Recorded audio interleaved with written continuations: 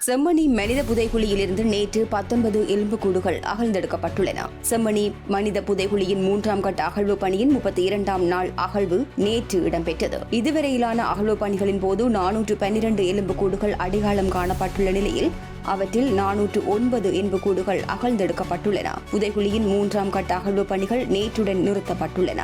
மீண்டும் ஜூலை மாதம் 15ஆம் தேதி முதல் அகழ்வு பணிகள் ஆரம்பமாகும் என தெரிவிக்கப்பட்டுள்ளது. செம்மணி சிந்துபாத்தி மனித புதைகுழி வழக்கு 3ஆம் கட்டத்தின் 32ஆம் நாள் அதிகாலை 8 மணிக்கு யாழ் நீதவான் கௌரவ எஸ். லெனின்குமார் அவர்கள் முன்னிலையில் எடுத்துக்கொள்ளப்பட்டது. பேராசிரியர் ராஜ் சோமதேவாவின் குழுவினரும் சட்ட வைத்திய அதிகாரி பிரணவன் உட்பட வைத்தியர்களான கஜிஹரன், வித்தகன், விதுரன் போன்றவர்களும் வைத்தியர்களாகவும், அத்தோடு யாழ் பல்கலைக்கழக மருத்துவபீட மாணவர்களும் யாழ் பல்கலைக்கழக தொல்லியல் துறை மாணவர்களும் இந்த அகழ்வு பணியில் ஈடுபட்டார்கள். அது மட்டுமன்றி பிரதேச சபை ஊழியர்கள், சோக்கோ போலீசார் போன்றவர்களும் இந்த அகழ்வு பணியில் ஈடுபட்டதுடன் இன்று மொத்தமாக 409 மனித எச்சங்கள் அகழப்பட்டிருக்கின்றன.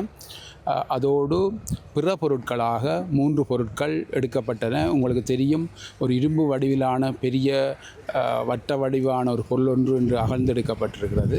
அது ஆய்வின் பிற்பாடு தான் அது சம்பந்தமாக கூறக்கூடியதாக இருக்கும். ஆணிகளும் எடுக்கப்பட்டிருக்கின்றன பிற பொருட்களில்.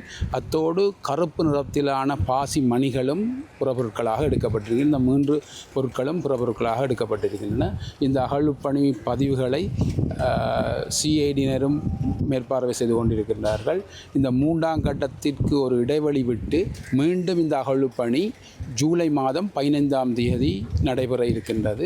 ஆக கூடுதலான மனித எச்சங்கள், மனித எண்பு தொகுதிகள் அகழ்ந்தெடுக்கப்பட்டிருக்கின்றன. 19 மனித எண்பு தொகுதிகள் அடையாளப்படுத்தப்பட்டு அகழ்ந்தெடுக்கப்பட்டிருக்கின்றன. சிறுவர்களுடையது என்று சொன்னால் ஒரு 3-4 பேருடையது சிறுவர்களுடையது என்று சொல்லக்கூடியதாக இருக்கும். முழுமை இல்லாத வெட்டுண்ட எண்பு தொகுதிகள் ஏதாவது அகழ்ந்தெடுக்கப்பட்டதானே? 3 எண்பு தொகுதிகள் முழு மனித எண்பு தொகுதிகளும் இல்லாமல் அகழ்ந்தெடுக்கப்பட்டிருக்கின்றன.